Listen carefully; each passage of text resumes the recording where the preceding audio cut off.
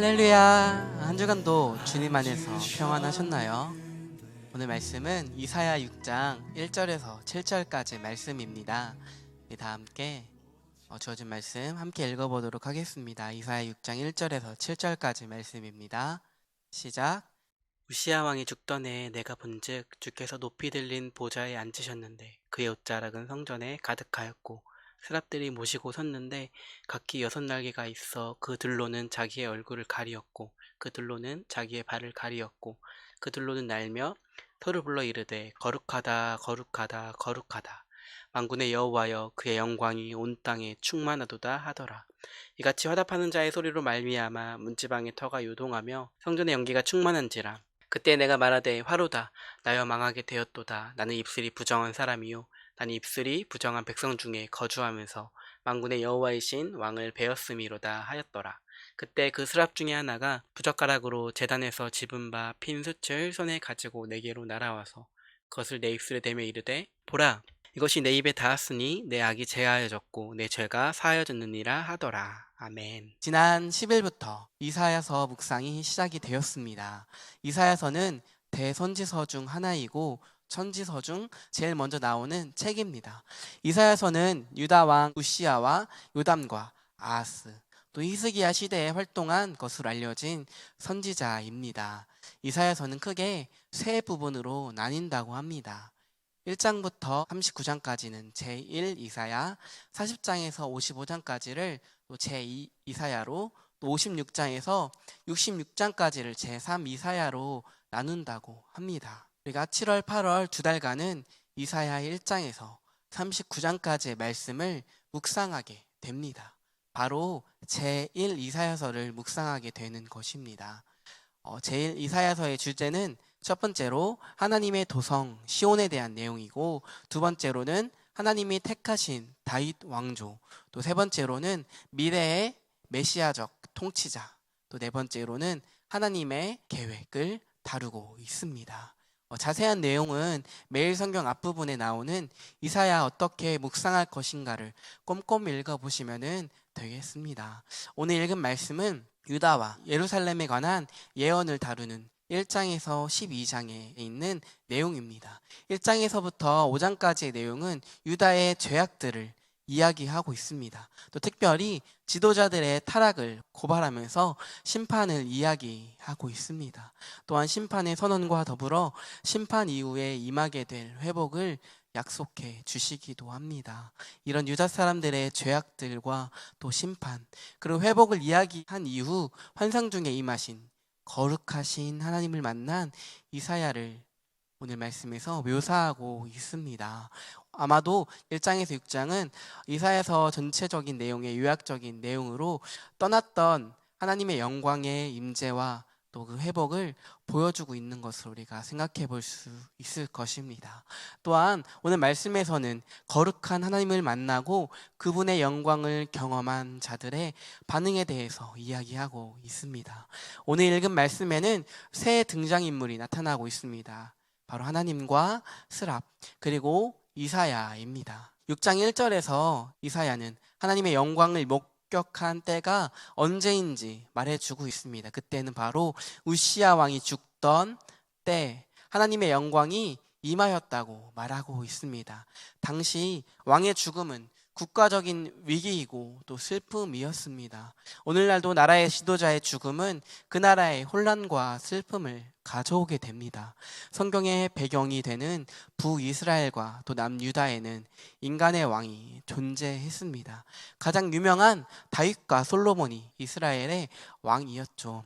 그러나 이스라엘의 진정한 왕은 여호와 하나님이라는 것, 우리 성당교회 성도님들은 다 알고 계시겠죠? 왕의 죽음으로 인해 혼란스러워진 그때 이스라엘의 진정한 왕인 여호와 하나님이 높이 들린 보좌에 앉으셨고 또 그의 옷자락이 성전에 가득하였다라고 이사야는 묘사를 하고 있습니다.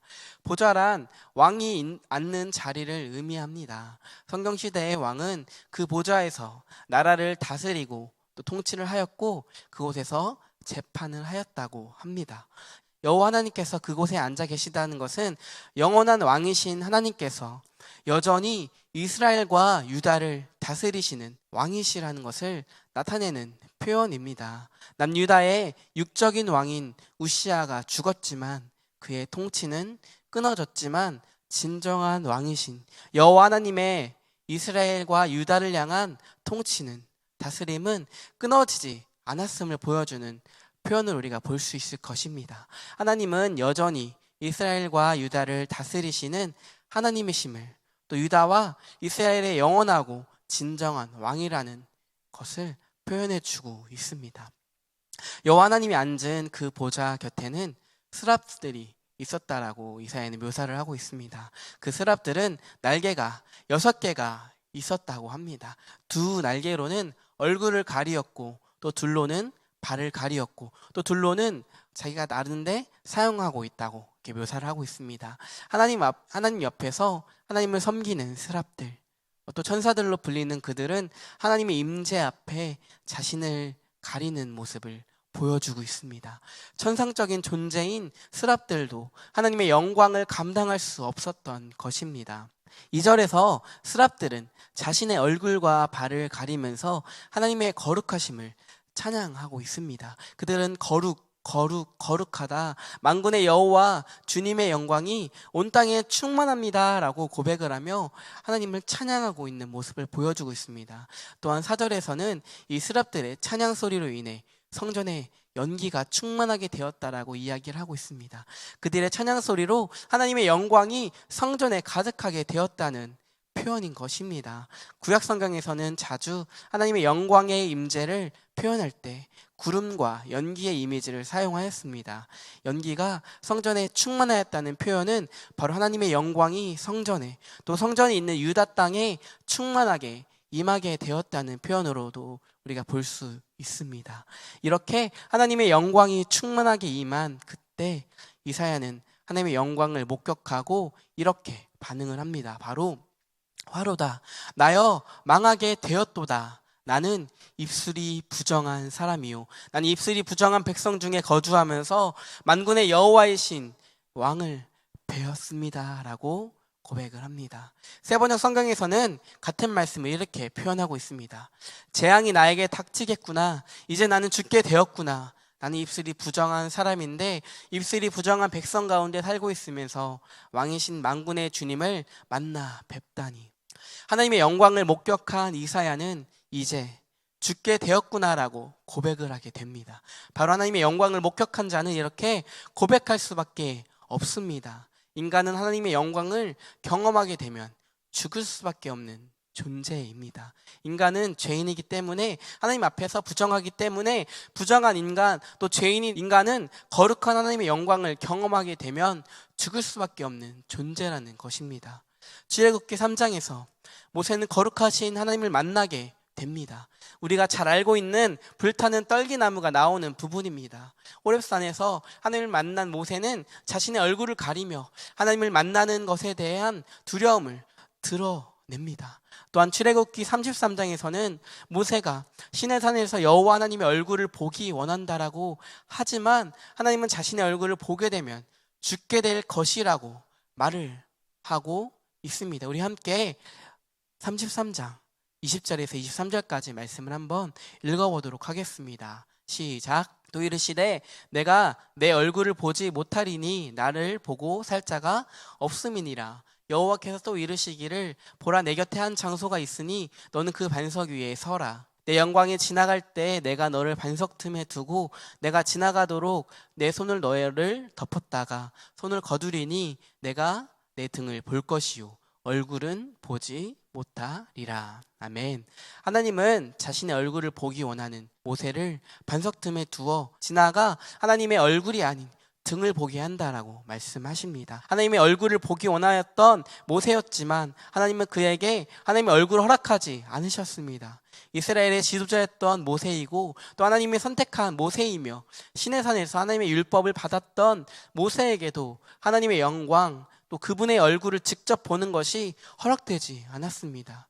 모세도 하나님 앞에서는 죄사함 받아야 할 죄인이기 때문입니다. 지극히 거룩한 하나님 앞에서 모세도 부정한 존재일 뿐이었습니다.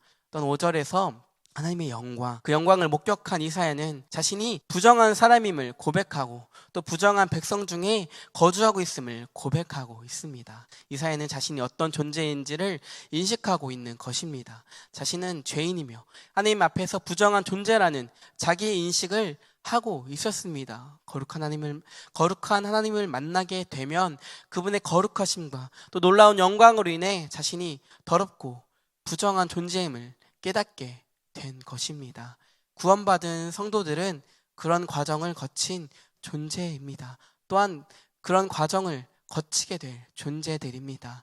구약의 레위기는 제사법과 정결법을 다루고 있습니다.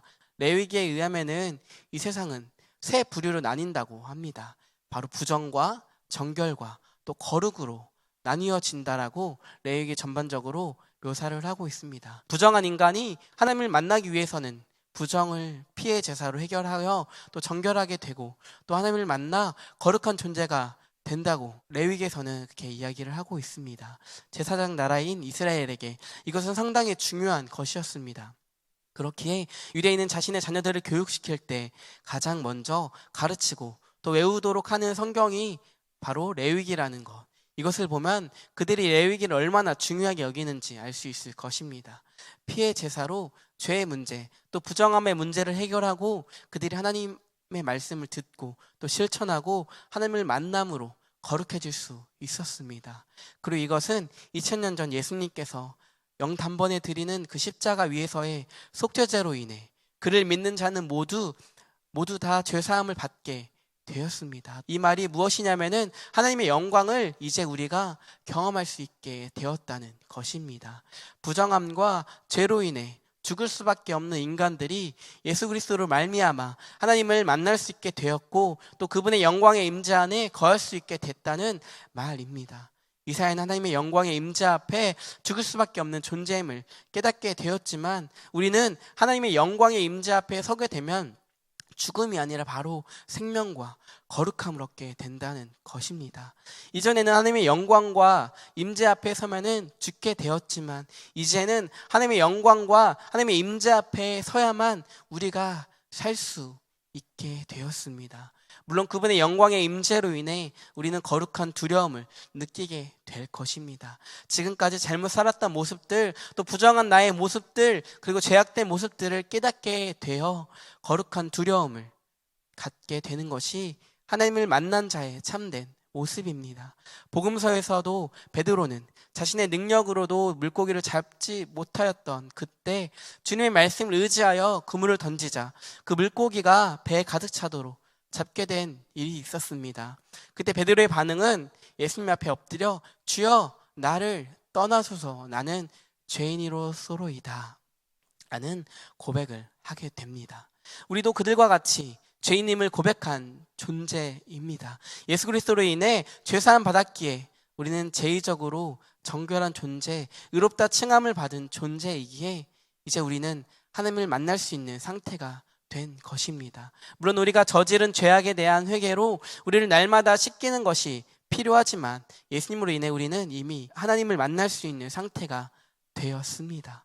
아니, 하나님을 만나는 정도가 아니라 성령 하나님께서 우리와 함께 거하신다고 성경은 말하고 있습니다. 구약의 이사야와 또 모세는 하나님 앞에 섰을 때 죽을 수밖에 없는 존재라는 것을 깨닫게 된 자들이었습니다. 이건 지식적으로 들어서 안 것이 아니라 하나님을 만나면 죽을 수밖에 없다는 것을 그들이 영적으로 또 본능적으로 알게 된 것입니다. 오늘날을 살아가고 있는 우리들에게도 하나님을 만나게 되면 두려움은 발생할 것입니다. 하지만 그 두려움은 죽음에 대한 두려움보다는 그분의 영광이라는 거룩한 실체 앞에 그분의 거룩으로 인해 우리가 두려워 떨게 되는 것입니다. 구원받은 성도인 우리는 살아간 날 동안 이사야와 같은 죽을 수 있을 것 같은 두려움이 아니라 그분의 영광의 임재 앞에 거룩하고 두려운 떨림, 경외함으로 그분의 성전으로서의 거룩하고 신실한 삶을 살아내야 할 것입니다. 자신이 부정한 존재임을 깨닫고 두려워했던 이사야에게 스랍들이 제단에 피인 숯불을 이사야의 입에 대어 그를 정결케 하고 죄를 사하여 주었습니다. 그 숯불은 제물을 태울 때 쓰는 숯불입니다. 제단은 죄사함과 용서 또 회복이 있는 곳입니다. 하나님은 자신의 영광을 목격한 이사야를 정결하게 하고 또 죄를 사하여 하나님을 만날 수 있도록 허락해 주셨습니다. 또 우리를 위해 죽으신 예수님, 그리고 다시 살아나신 예수님으로 인해 우리는 정결케 되었고 죄사함을 받게 되었습니다. 이제 우리는 죄사함 받은 존재로서, 정결케 된 존재로서 세상 속에서 하나님과 교제하며 또 신실하게 그리고 진실하게 거룩하게 살아내야 합니다. 이 사건 이후 하나님은 이사야를 보내시며 하나님의 계획들을 이루시고 선포하도록 하십니다. 우리 그리스도인들은 예수 그리스도를 통해 하나님을 만나게 되었고 그분의 임재 앞으로 나올 수 있게 된 존재들입니다. 죽음을 두려워하지 않아도 될 존재가 되었습니다. 그분의 임재 안에 거하며 그분의 뜻을 이루는 존재로서 우리는 부름을 받았습니다. 이것은 사역자들만의 것이 아니라 이 땅을 살아가는 모든 그리스도인들에게 주어진 것들입니다. 그리스도인들은 하나님의 뜻을 이루고 또 그분의 선한 일을 선포하고 복음을 전하는 존재로서 부름받은 존재입니다. 하나님을 만나셨습니까? 또 그분의 영광의 임재를 느끼고 그분 앞에 엎드려 자신이 죄인임을 고백하셨습니까? 구원의 은혜를 받으셨습니까? 그렇다면은 이제 이사야처럼 주님, 내가 여기 있사오니 나를 보내소서, 내가 여기 있사오니 나를 써 주시옵소서 고백하며 그분의 뜻을 삶 속에서 이루어내야 할 것입니다. 며칠 전 나는 우리의 신분, 또 그리고 지난주에 나눴던 우리가 해 나아가야 할 거룩한 삶에 대한 내용들을 기억하실 것입니다. 사랑하는 성도님들, 구원받은 사실에만 머물러 있지 마십시오. 죄사함 받았다는 사실에만 머물러 있으려 하지 마십시오. 이제는 우리가 그분의 사도가 되어 그분의 일꾼으로 그분의 사역자가 되고 주님의 손과 발로서 각자에게 주어진 거룩한 사명들을 이루어 나아가야 할 때입니다. 그리스도인으로서 살아가십시오. 성도의 본분을 삶 가운데 드러내십시오. 그리스도인의 사명, 그 본분에 맞게 살아가는 자들에게 하나님은 역사하셔서 하나님 그분의 뜻을 이루어 가실 것입니다. 그런 자들은 하나님께서 도우실 것입니다. 하나님을 의지하시고 또 믿음으로 나아가십시오. 거룩을 삶으로 드러내십시오. 기도하겠습니다. 살아계신 하나님 감사합니다. 우리는 주님 앞에서 너무나도 더럽고 부족한 존재입니다. 주가 마땅한 존재이지만 우리를 예수 그리스도를 통해 구원하여 주셨고 또 하나님의 임재 안으로 불러주셔서 하나님의 일, 사명들을 감당할 수 있게 허락해 주셔서 감사합니다. 주님, 이제 우리가 구원받은 사실에만 머물러 있는 것이 아니라 죄사함 받은 것에만 머물러 있는 것이 아니라 주님 안에서 섬기고 헌신하며 삶 속에서 거룩을 드러내고 복음을 전하고 주님의 뜻을 이루는 우리가 되게 하여 주시옵소서. 우리의 힘은 할 수 없사오니 주님 우리를 붙들어 주시옵소서. 온전히 주 뜻대로 살아갈 수 있도록 허락해 주시옵소서. 주님을 의지하고 또 신뢰함으로 신실하게 살아가기 원합니다. 주님 우리를 사용하여 주시옵소서. 우리를 이끌어 주시옵소서. 감사드리며 예수님의 이름으로 기도드립니다. 아멘. 사랑하는 성도님들, 오늘 말씀 잘 기억하시고 거룩하신 영광의 하나님 앞에 나아가서 또 그분의 영광을 바라보고 그분의 임재를 누리며 하루하루 온전히 살아가시기를 축복합니다. 우리의 힘이 아닌 오직 주님의 능력을 의지하며 그분의 뜻대로 살아가시기를 축복합니다. 아직도 매일 성경을 가져가지 않으신 분은 꼭 가져가셔서 홀로 하나님 앞에 머물러 그분과 교제하는 시간들을 누리며 살아가시기를 축복합니다. 한 주간도 주님 안에서 영육간에 강건하시고 또 코로나 바이러스 전파자가 아닌 복음의 전파자, 십자가의 전달자로서 한 주간도 잘 살아내시기를 축복합니다. 그러면 다음 주에 또 만나도록 하겠습니다. 샬롬.